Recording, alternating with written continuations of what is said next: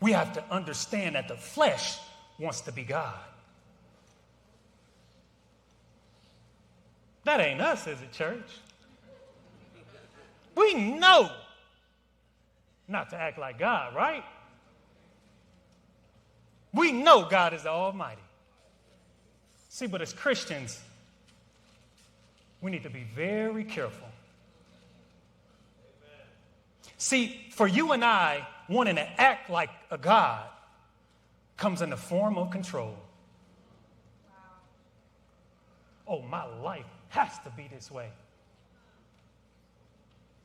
Superiority. We always fighting for that number one spot. Nelly said it best. What does it take to be number one? 2 is not a winner. 3, nobody remembers.